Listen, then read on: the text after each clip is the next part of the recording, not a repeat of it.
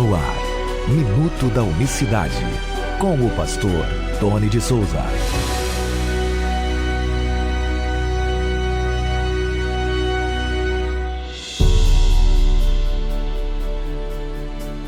Olá, queridos, graça e paz da parte do nosso grande Deus e Salvador Jesus Cristo. Um excelente dia para você. Hoje é sexta-feira, dia 19 de julho de 2024. Até aqui nos ajudou o Senhor. Sejam todos bem-vindos a mais uma edição do Minuto da Unicidade.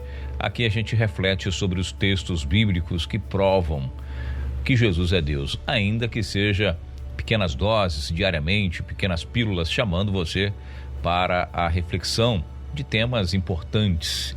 Às vezes a gente relembra algumas coisas que já foram ditas em respeito àqueles que vão chegando agora, tomando conhecimento da fé unicista.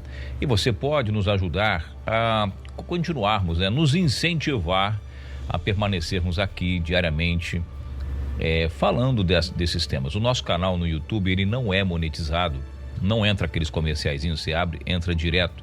Quando os canais são grandes, canais com 100 mil, 200 mil inscritos e entram aquelas propagandas, os donos dos canais ganham recursos, partes dessas publicidades e que são pagas em dólares, para a alegria dos youtubers. Não é o nosso caso, não é a nossa proposta. Oxalá se tivesse essa audiência toda e fosse o canal de fato monetizado, que aí a gente não precisava investir tempo pedindo apoio, pedindo ajuda. Mas o fato é que nós precisamos por essas e outras inúmeras razões, tá certo? Se Deus tocar no seu coração, na descrição desse vídeo tem os nossos contatos, tem o Pix para você enviar uma pequena colaboração que seja, e assim você apoia este trabalho, tá certo? Algumas expressões muito utilizadas no livro de Apocalipse são também utilizadas por muitos que creem na doutrina da Trindade para mostrar, olha aqui, tem dois aqui, tá vendo? Aqui tem dois, então o fato é que a Trindade existe. E sempre insisto na tecla: se são dois é dois, não é três, correto? Então é importante a gente deixar isso bem claro na nossa mente. Por exemplo, um dos textos que a gente já falou há algum tempo sobre ele, eu vou citar para você, é Apocalipse 22, verso 1: e mostrou-me um rio puro da água da vida, claro como cristal, que procedia no singular do trono de Deus e do Cordeiro. Eu sempre insisto nessa tecla, porque está no singular. Procedia do trono de Deus e do Cordeiro. Senhores que entendem um pouco de teologia, há uma regra clara que é o português, a famosa semântica muito utilizada. É só analisar, procedia do trono de Deus e do Cordeiro. Porque se são dois seres aqui, Deus é um e o Cordeiro é outro, a semântica seria: procedia dos tronos de Deus e do Cordeiro, ou seja, cada um tem um trono, correto? Seguindo então, vamos lá. No meio da sua praça, de um lado e do outro lado do rio, estava a árvore da vida, que produz 12 frutos, dando seu fruto de mês em mês, e as folhas da árvore são para a saúde das nações, e ali nunca mais haverá maldição contra alguém, e nela, olha só, verso 3, e nela estará o trono de Deus e do Cordeiro. E de novo, e os seus servos o servirão. Peraí, tem dois de novo aqui, porém o trono é um. E está dizendo, os seus servos o servirão. Quer dizer, se Deus e o Cordeiro são dois seres distintos, o final da frase também deveria estar no plural, não os servirão, e sim os servirão. É semântica, era obrigatoriamente para estar no plural. Isso é utilizado, Deus e o Cordeiro, para nos provar, para provar para os unicistas que são três. Piora mais ainda. Olha só o verso 4, complica mais ainda, e verão o seu rosto, e nas suas testas estará o seu nome, singular, e verão o seu rosto, e nas suas testas estará o seu nome. O nome de quem? O nome de Deus e do Cordeiro. Não são duas pessoas distintas. É gramática, é semântica. E verão o seu rosto. Mas não está falando de dois? O português correto não seria: e verão os seus rostos, e nas suas testas estarão os seus nomes, porque é Deus e o Cordeiro. É uma regra clara, gente, é uma questão lógica, óbvia.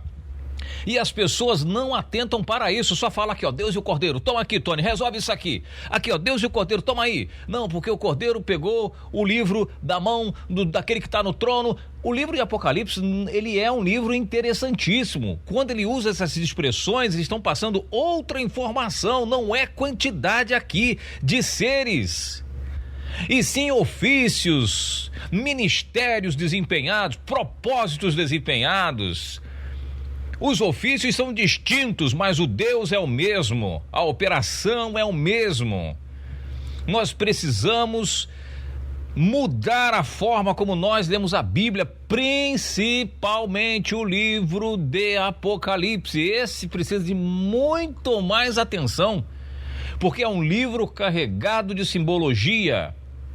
Quando você fala assim, no meio da sua praça vai estar a árvore da vida, vai estar no meio da praça. A árvore da vida, quem é a árvore da vida?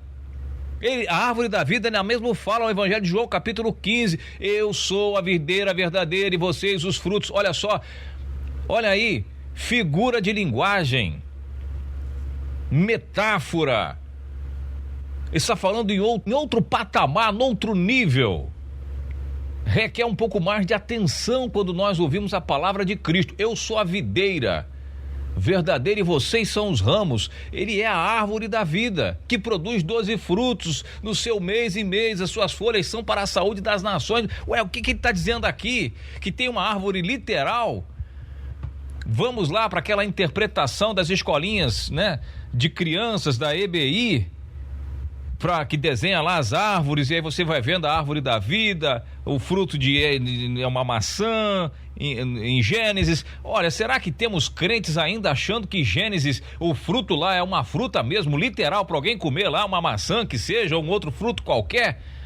Pelo amor de Deus, vamos sair da EBI e vamos interpretar com o Espírito as coisas de Deus, senão você vai achar que a cobra realmente falava e a cobra andava em pé, depois foi amaldiçoada, passou a rastejar, e que aí o homem pegou as folhas da figueira para fazer roupa para ele, porque ele estava... Olha, quando nós olhamos para as Escrituras com esse olhar, e aí me desculpa, me perdoe a franqueza, mas quando nós olhamos a Bíblia como um livro de conto, um romance, uma questão assim, um livro, né, de ficção científica, entramos nesse monte de igrejas, de denominações empilhadas uma em cima das outras, que não tem mais espaço onde abrir mais igrejas, e doutrinas e pensamentos meramente humanos. Então, quando diz a palavra de Deus, procedia do trono, está no singular, de Deus e do Cordeiro, é um trono só. Não, mas tem 2 tronos, eu venci, vai sentar comigo no meu trono, e assim como eu sentei com meu pai no seu trono. Vai falando que o trono é um só. Aí está falando de governos, um governo divino lá de cima, um governo terreno, milênio. Tudo isso precisa se dedicar. Veja que nós estamos no minuto da unicidade, e esse é um assunto tão interessante que precisaria de uma palestra com algumas horas, né? Um congresso, um seminário de 2, 3 dias, e eu estou aqui à sua disposição. Às vezes nós não temos condições de ir, de arcar com... Eu não cobro para dar uma palestra sobre esse tema. Se você quiser na sua igreja, eu não cobro nem R$1. Ainda faço uma apostila para distribuir lá para os irmãos. É preciso somente boa vontade e desejo de mostrar essas coisas para os irmãos da sua congregação. Agora deixa eu terminar aqui lendo mais um versículo, aí mesmo de Apocalipse 22. Leia, é o último capítulo da Bíblia. A Bíblia termina assim, no capítulo 22. Vamos lá, mas eu vou ler o verso 16 para você. Olha que glorioso é o verso 16. Não posso deixar esse versículo de fora. Não posso encerrar o programa sem ler para você esse versículo. Ó. Eu, Jesus, ó, quem está falando? Em Apocalipse 22, quem é que está falando? Ó, eu, Jesus, enviei o meu anjo para vos testificar essas coisas nas igrejas. Então, olha, enviou o anjo dele para testificar essas coisas aonde? Nas igrejas. Mas você só fala para as igrejas? É nas igrejas. E ele diz, eu sou a raiz e a geração de Davi, a resplandecente estrela da manhã. Eu sou a raiz e a geração de Davi. a raiz de Davi. Ele é raiz e é a geração. Ele não é chamado filho de Davi? Jesus, filho de Davi? Eu falo no livro que eu escrevi. Ele é da linhagem real, ele é davídica, descendente direto ao trono de Israel, Messias. Então, eu sou a geração de Davi. Quando diz que ele é filho, ele é a geração de Davi. Mas quando diz eu sou a raiz de Davi, você já parou para analisar? Entender esse texto? Eu sou a raiz. O que você acha? O que é a raiz de Davi? Que ele é filho de Davi? Todo mundo sabe. E todo mundo só quer receber Jesus como filho, não é? Não, é filho. Eu mato um aqui para dizer que Jesus é filho, mas pai de maneira nenhuma. Ah, tá. Então rasga o texto que diz que ele é o pai da eternidade, Isaías 9:6. E aonde ele mesmo está falando aqui, ó, eu, Jesus, eu sou a raiz de Davi. Eu sou o princípio de Davi, por isso que ele é o alfa e o ômega. Princípio e o fim, entendeu? Alfa e ômega agora? Começo e fim, entendeu? E ele diz mais para a gente terminar. Porque eu testifico a todo aquele que ouvir as palavras desta profecia, deste livro, que se alguém lhes acrescentar alguma coisa, Deus fará sobre ele as pragas que estão escritas neste livro.